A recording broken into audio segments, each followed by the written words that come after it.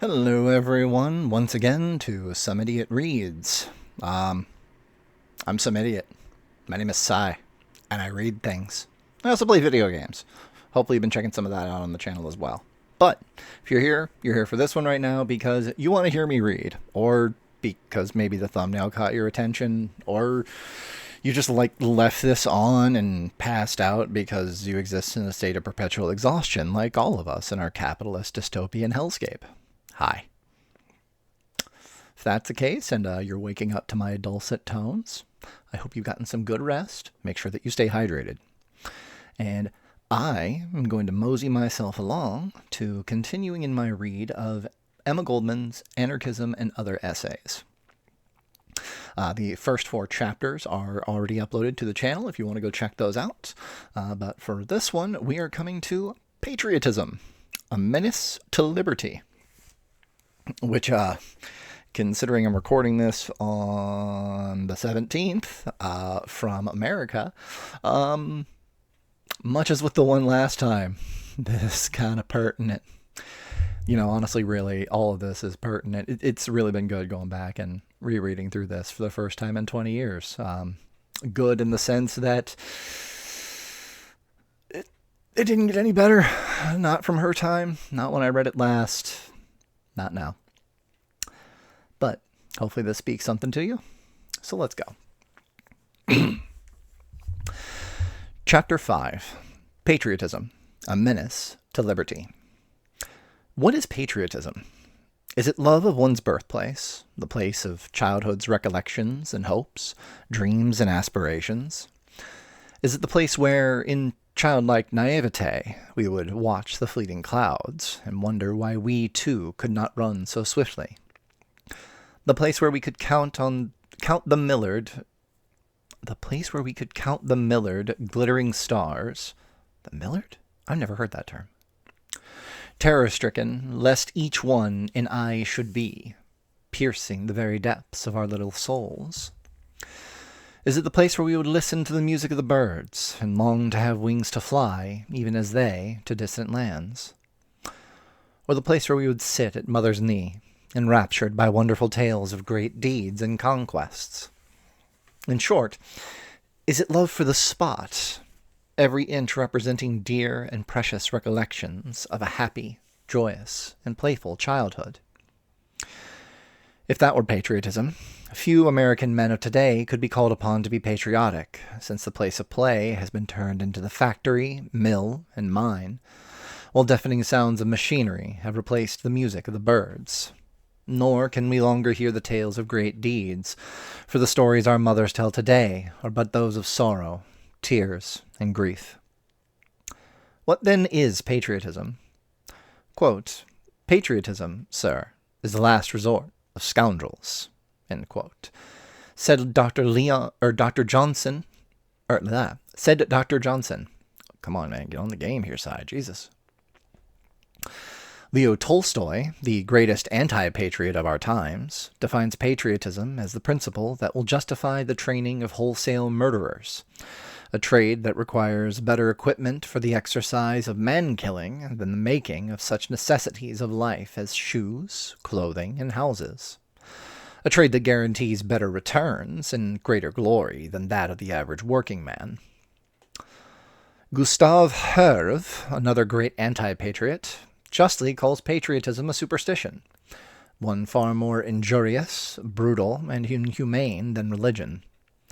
The superstition of religion originated in man's inability to explain natural phenomena. That is, when primitive man heard thunder or saw the lightning, he could not account for either, and therefore concluded that both of them must be a force greater than himself.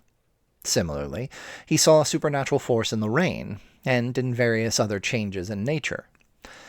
Patriotism, on the other hand, is a superstition artificially created and maintained through a network of lies and falsehoods, a superstition that robs man of his self-respect and dignity and increases his arrogance and conceit. Indeed, conceit, arrogance, and egotism are the essentials of patriotism. Let me illustrate. Patriotism assumes that our globe is divided into little spots, each one surrounded by an iron gate. Those who have had the fortune of being born on some particular spot consider themselves better, nobler, grander, more intelligent than the living beings inhabiting any other spot. It is, therefore, the duty of everyone living on that chosen spot to fight, kill, and die in the attempt to impose his superiority upon all the others. The inhabitants of the other spots reason in like manner, of course, with the result that from early infancy the mind of the child is poisoned with blood-curdling stories about the Germans, the French, the Italians, Russians, etc. When the child has reached manhood, he is thoroughly saturated with the belief that he is chosen by the Lord himself to defend his country against the attack or invasion of any foreigner. It is for that purpose that we are clamoring for a greater army and navy, more battleships and ammunition. It is for that purpose that America has, within a short time, spent $400 million. Just think of it. $400 million. Taken from the produce of the people. For surely it is not the rich who contribute to patriotism. They're cosmopolitans, perfectly at home in every land. We in America know well the truth of this. Are not our rich Americans Frenchmen in France, Germans in Germany, or Englishmen in England? And do they not squander with cosmopolitan grace fortunes coined by American factory children and cotton slaves? Yes, theirs is the patriotism that will make it possible to send messages of condolence to a despot like the Russian Tsar when any mishap befalls him, as President Roosevelt did in the name of his people when Sergius was punished by the Russian revolutionists.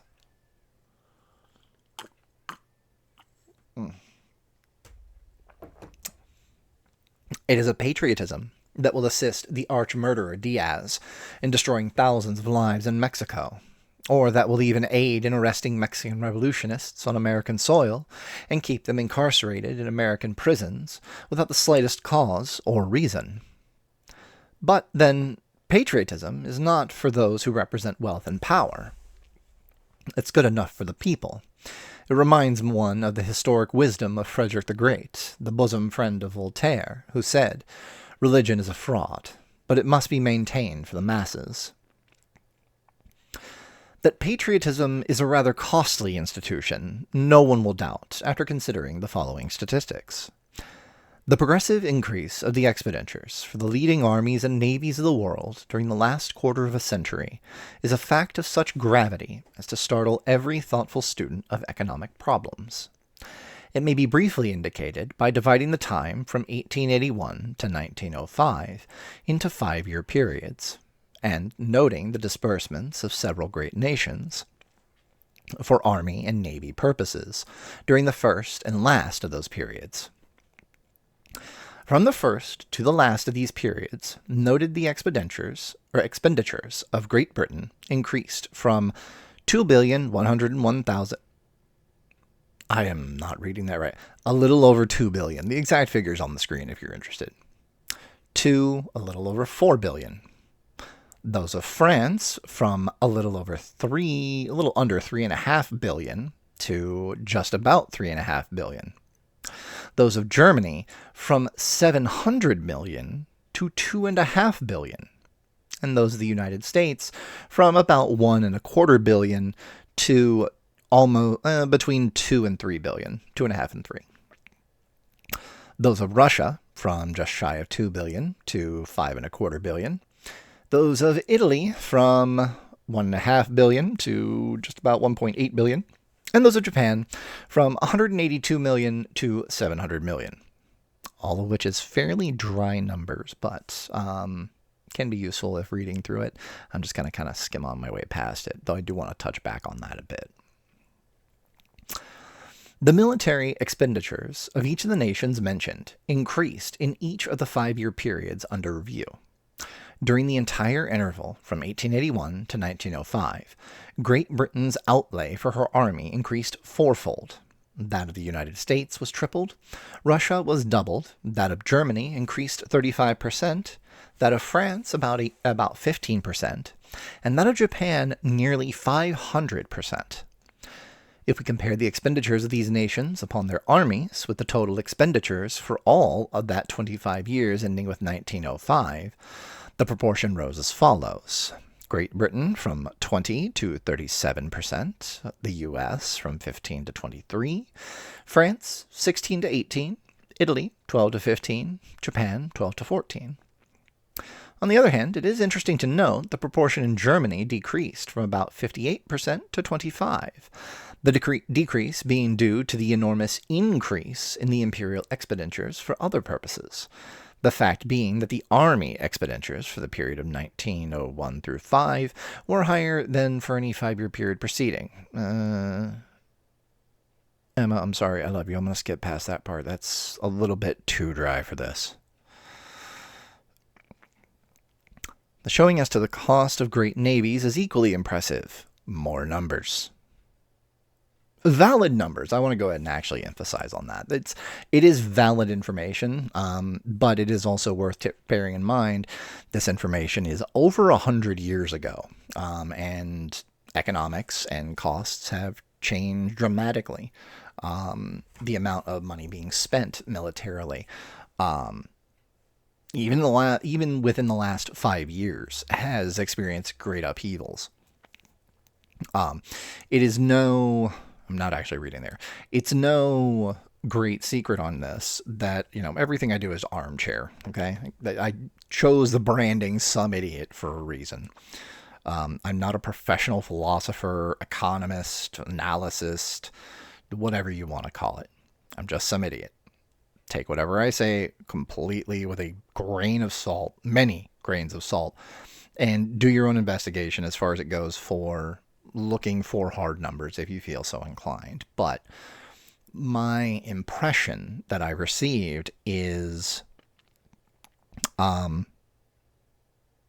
military spending has just started shooting up for everyone over the last several years.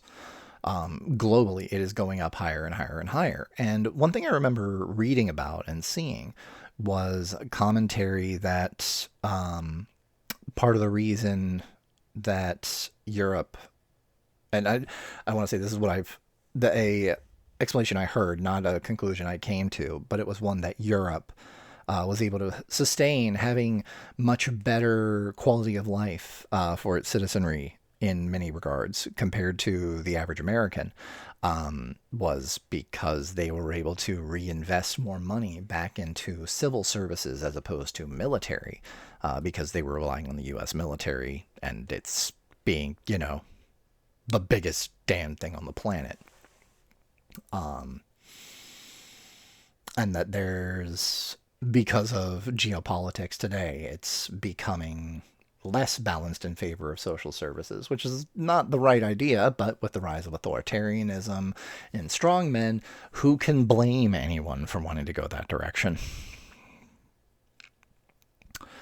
All right. Let us go to the awful waste that patriotism necessitates ought to be sufficient to cure the man of even average intelligence from this disease. Yet patriotism demands still more. The people are urged to be patriotic, and for that luxury they pay, not only by supporting their quote-unquote defenders, but even by sacrificing their own children. Patriotism requires allegiance to the flag, which means obedience and readiness to kill father, mother, brother, and sister. The usual contention is that we need a standing army to protect the country from foreign invasion. Every intelligent man and woman knows, however, that this is a myth maintained to frighten and coerce the foolish. The governments of the world, knowing each other's interests, do not invade each other. Wow, it was better back then. I'm sorry, Emma. That is not necessarily the case now. They have learned that they can gain much more by international arbitration of disputes than by war and conquest. Indeed, as Carlyle said, war is a quarrel between two thieves too cowardly to fight their own battle. Therefore, they take the boys from one village and another village, stick them into uniforms, equip them with guns, and let them loose like wild beasts against each other. It does not require much wisdom to trace every war back to a similar cause. Let us take our own Spanish-American War, supposedly a great and patriotic event in the history of the United States. How our hearts burned with indignation against the atrocious Spaniards. True, our indignation did not flare up spontaneously. It was nurtured by months of newspaper agitation, and long after Butcher Whaler had killed off many noble Cubans and outraged many Cuban women. Still, in justice to the American nation, be it said, it did grow indignant and was willing to fight, and that it fought bravely. But when the smoke was over, the dead buried, and the cost of war came back to the people in an increase in the price of commodities and rent, that is, when we sobered up from our patriotic spree, it suddenly dawned on us that the cause of the Spanish-American War was the consideration of the price of sugar, or, to be more explicit, that the lives, blood, and money of the American people were used to protect the interest of American capitalists, which were threatened by the Spanish government. That this is not an exaggeration, but is based on absolute facts and figures, is best proven by the attitude of the American government to Cuban labor. When Cuba was firmly in the clutches of the United States, the very soldiers sent to liberate Cuba were ordered to shoot Cuban working men during the Great Cigar Makers Strike, which took place shortly after the war. And that's a trend we keep up to this day. Not necessarily shooting working men, though that absolutely is a thing. But more, more especially the kowtowing and bowing and sucking the salty salami of American capitalism. You'll note my shirt. Nor do we stand alone in waging war for such causes. The curtain is beginning to be lifted on the motives of the terrible Russo-Japanese War, which cost so much blood and tears. And we see again that back of the fierce Moloch of war stands the still fiercer god of commercialism. Kuropatkin, the Russian Minister of War during the Russo-Japanese struggle, has revealed the true secret behind the latter. The Tsar and his Grand Dukes, having invested money in Korean concessions, was forced for the sole purpose of speedily accumulating large fortunes. The contention that a standing army and navy is the best security of peace is about as logical as a claim that the most peaceful citizen is he who goes about heavily armed. The experience of everyday life fully proves that the armed individual is invariably anxious to try his strength. Slight disagreement on the first part. Not so much in her initial intent. In a time of peace, I'm in agreement. I don't know so much about today's environment. There is genuine concern. But for that second sentence, invariably anxious to try his strength? Oh, absolutely. They're looking for a fight. The same is historically true of governments. Really peaceful countries do not waste life and energy in war preparations, with the result that peace is maintained. However, the clamor for an increased army and navy is not due to any foreign danger. It's owing to the dread of the growing discontent of the masses and the international spirit among the workers. It is to meet the internal enemy that the powers of various countries are preparing themselves. An enemy who, once awakened to consciousness, will prove more dangerous than any foreign invader.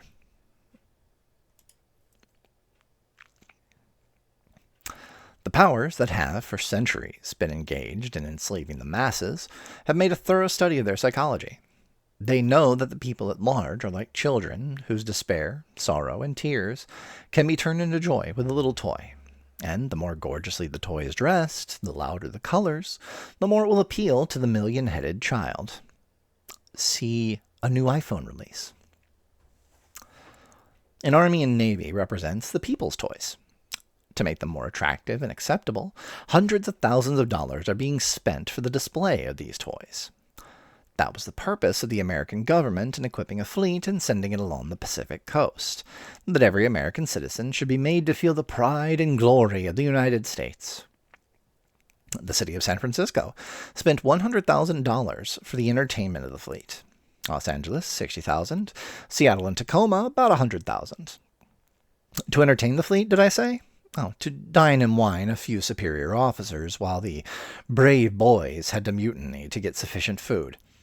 Yes, $260,000 was spent on fireworks, theater parties, and revelries, at a time when men, women, and children thought that the breadth and length of the country were starving in the streets, when thousands of unemployed were ready to sell their labor at any price.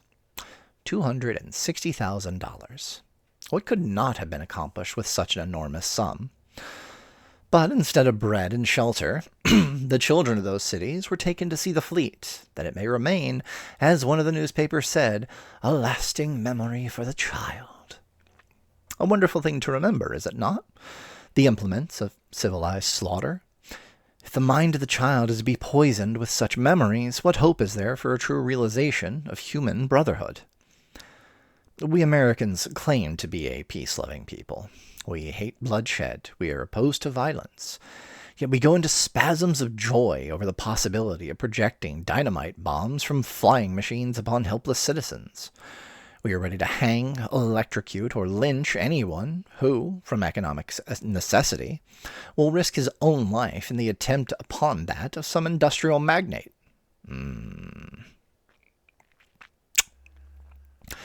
Yet our hearts swell with pride at the thought that America is becoming the most powerful nation on earth, and that it will eventually plant her iron foot on the necks of all other nations. Such is the logic of patriotism. Considering the evil results that patriotism is fraught with for the average man, it is as nothing compared with the insult and injury that patriotism heaps upon the soldier himself, that poor deluded victim of superstition and ignorance. He, the savior of his country, the protector of his nation. What is patriotism in store for him? A life of slavish submission, vice, and perversion during peace. A life of danger, exposure, and death during war. While on a recent lecture tour in San Francisco, I visited the Presidio, the most beautiful spot overlooking the bay and Golden Gate Park. Its purpose should have been playgrounds for children, gardens, and music for the recreation of the weary. It is instead made ugly, dull, and gray by barracks. Barracks wherein the rich would not allow their dogs to dwell. In these miserable shanties, soldiers are herded like cattle. Here they waste their young days, polishing the boots and brass buttons of their superior officers.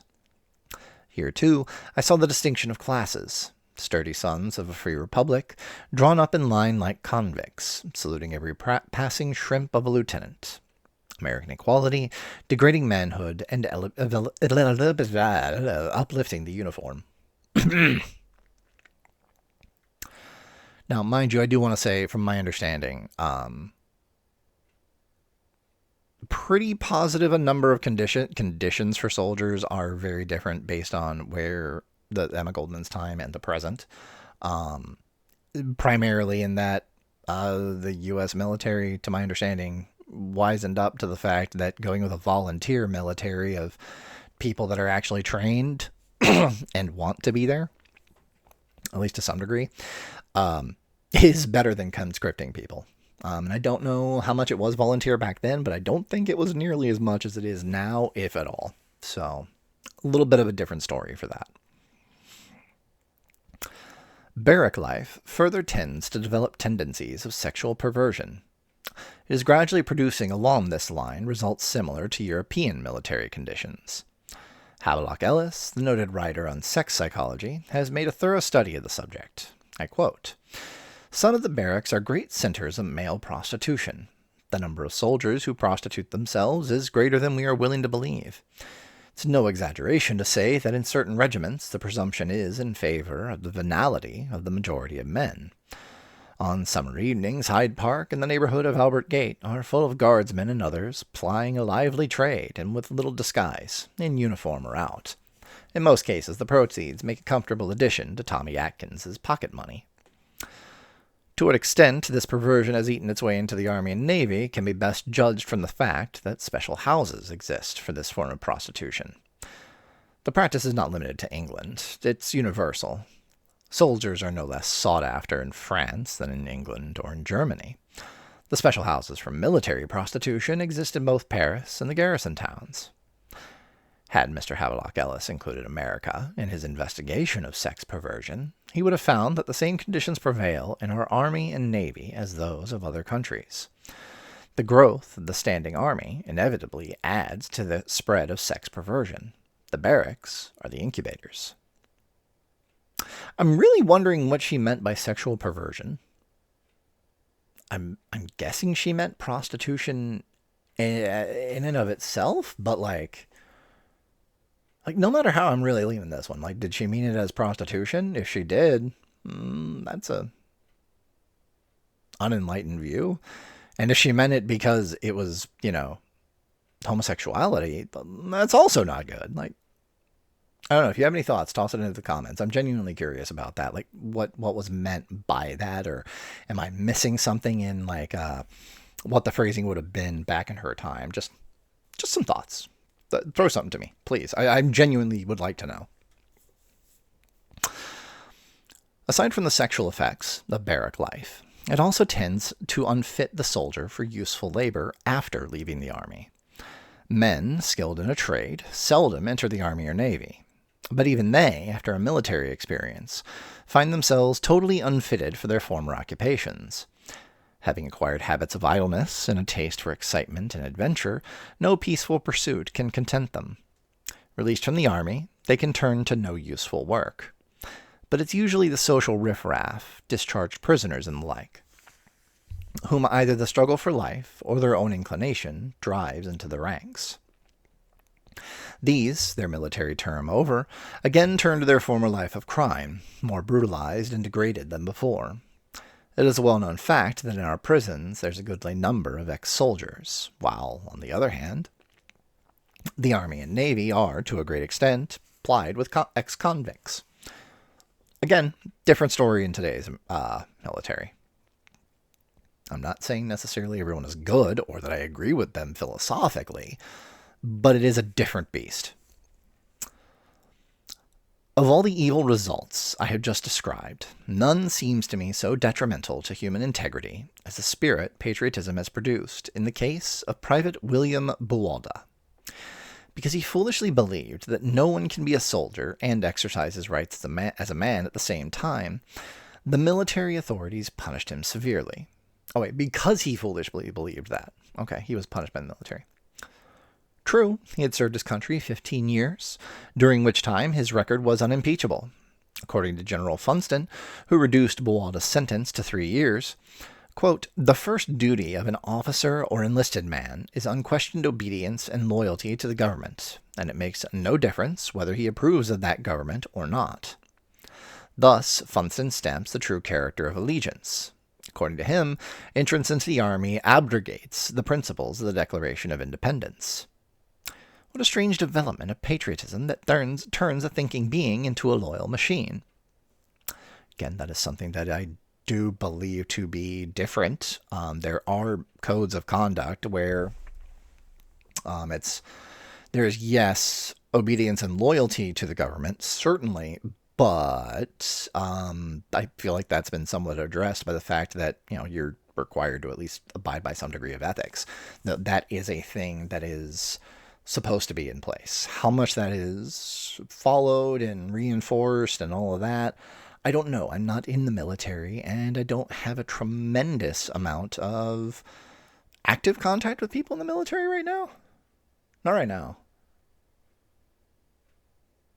But I don't think it's nearly as much of a thing there, and I'm pretty sure Funston would be thwacked upside the head these days. In justification of this most outrageous sentence of Buwalda, General Funston tells the American people that the soldier's action was, quote, "a serious crime equal to treason." Now, what did end quote. Now, what did this terrible crime really consist of? Simply this.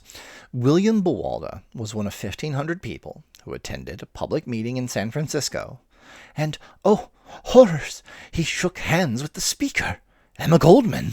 A terrible crime indeed, which the general calls a great military offense, infinitely worse than desertion. Can there be a greater indictment against patriotism than that it will thus brand a man a criminal, throw him into prison, and rob him of the results of 15 years of faithful service. Buwalda gave to his country the best years of his life and his very manhood, but all that was as nothing. Patriotism is inexorable, like all insatiable monsters, demands an all or nothing.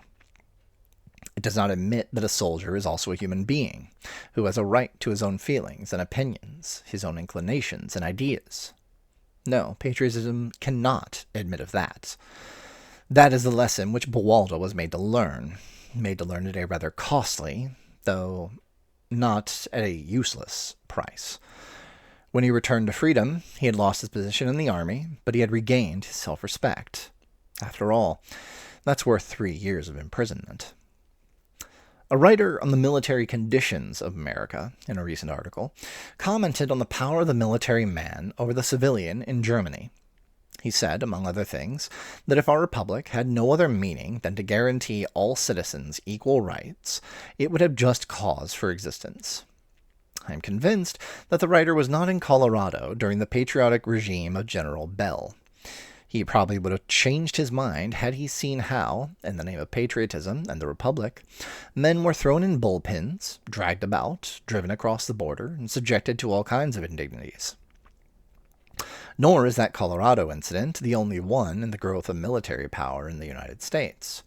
There's hardly a strike where troops and militia do not come to the rescue of those in power, and where they do not act as arrogantly and brutally as do the men wearing the Kaiser's uniform. Then, too, we have the Dick military law. Had the writer forgotten that? The writer may have. I don't think the writer forgot that, obviously. That was, a rhetorical statement, but I'm not familiar with that one. Toss in your information. That sounded bad.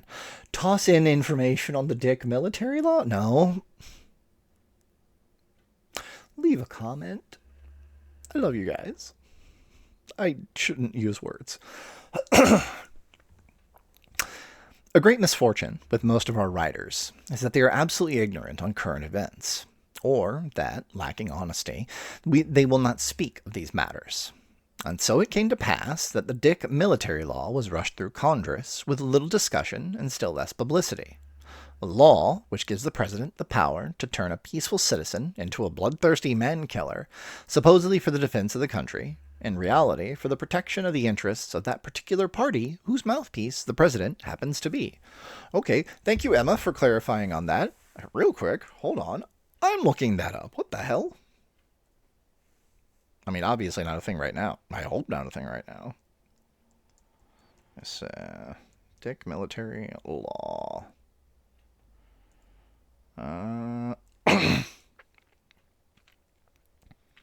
Okay.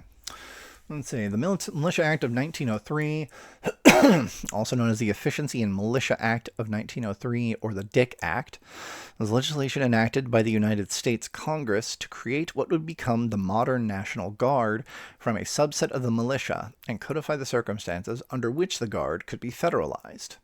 It also provided federal funds to pay for equipment and training, including the annual summer encampments. The new National Guard was to organize units of similar form and quality to those of the regular Army, and intended to achieve the same training, education, and readiness requirements of active duty units.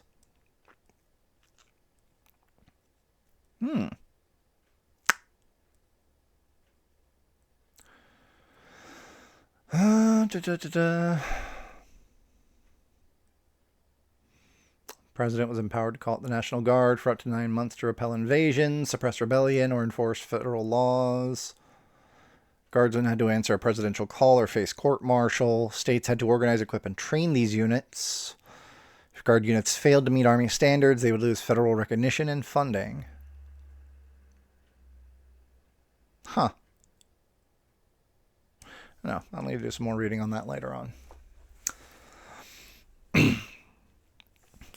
Our writer claims that militarism can never become such a power in America as abroad, since it is voluntarily with us, while compulsory in the Old World. Two very important facts, however, the gentleman forgets to consider. First, that conscription has created in Europe a deep-seated hatred of militarism among all classes of society. Oh, okay, so it was voluntary at her period in time. Got it.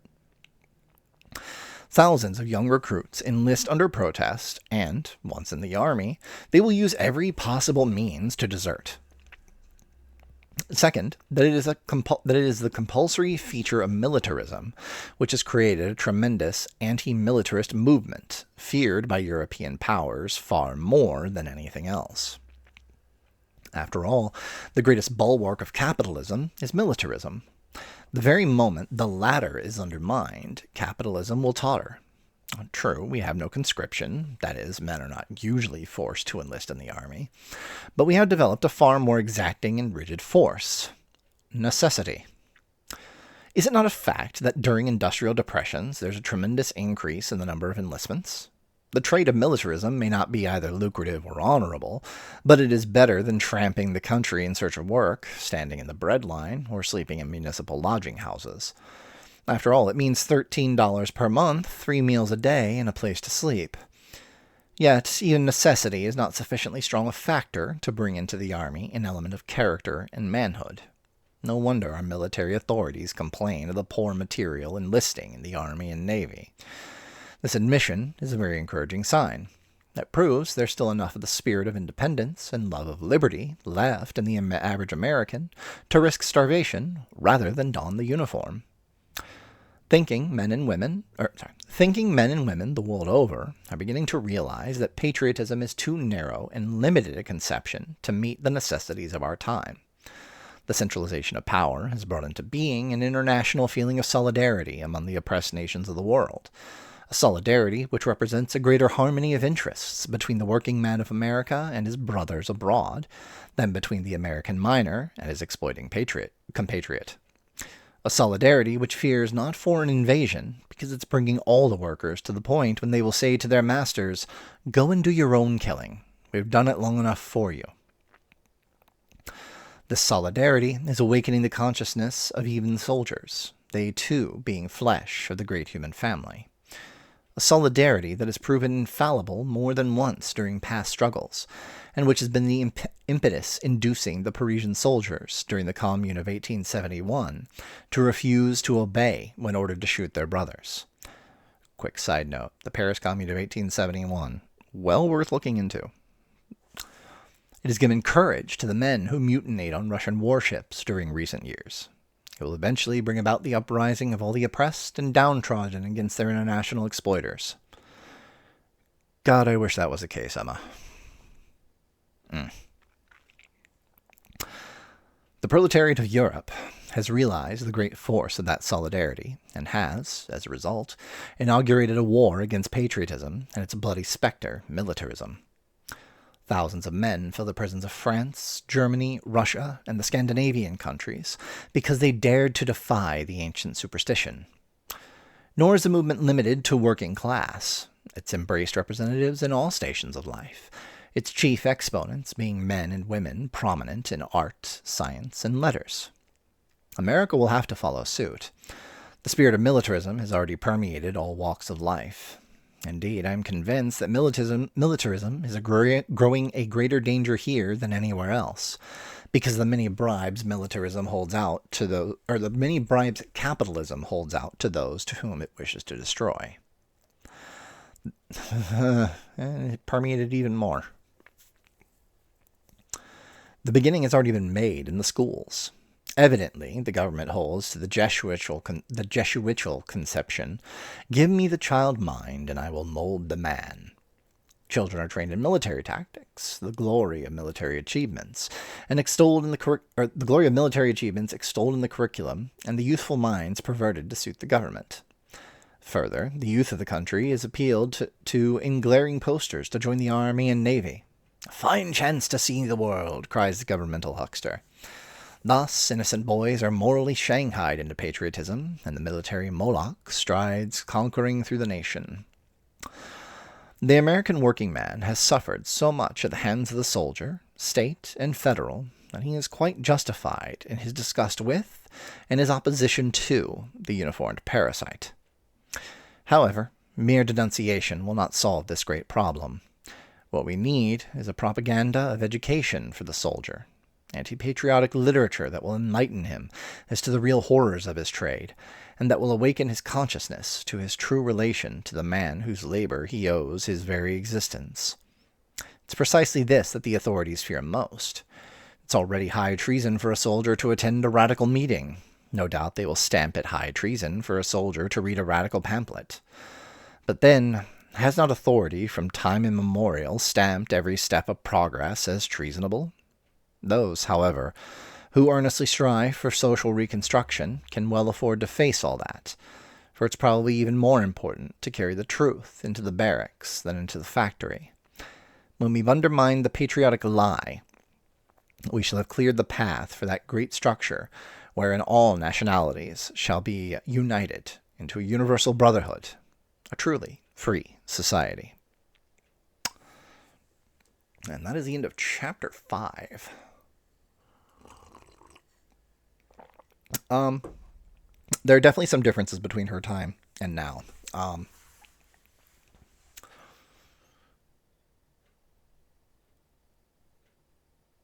I think some of her core arguments are not necessarily valid anymore.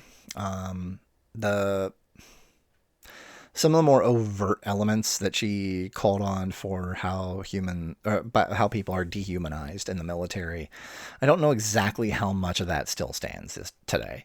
I know that those individuals that I do know that were and are in the military, there's a certain degree of having been torn down and built back up, but my overall impression is they want you built back up as someone that is, capable of thought and action. It is no longer a case of blindly follow the leader like that, or at least that is not the dominant thought process.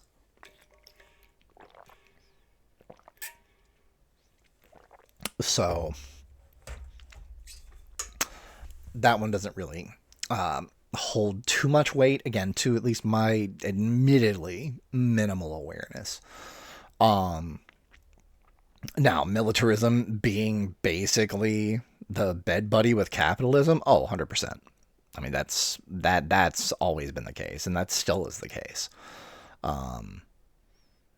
That's what drives everything as far as it goes for like military conquest and all that. The point I was talking about earlier in this, where she was going on about, what was it? I think she said it was Tolstoy, talking about how people, peace-loving countries don't go to war or something along those lines for that. And like, yeah, when they're sane, it operates by things like sanctions. But then you wind up with groups saying, nah, screw that, and they just want to go take it.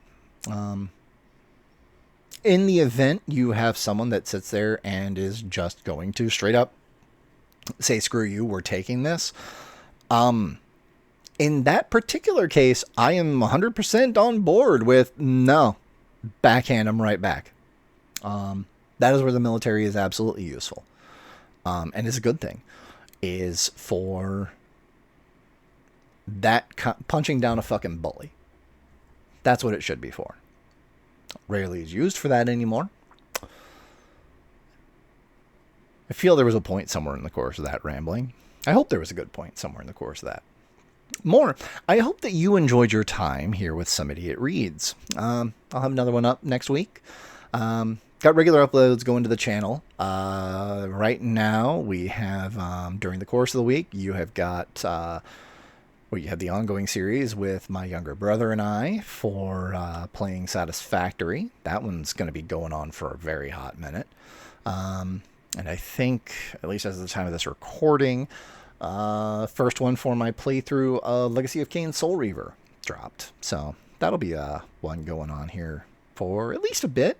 And we'll see where that goes after that. As always, my off weeks from going through Emma Goldman.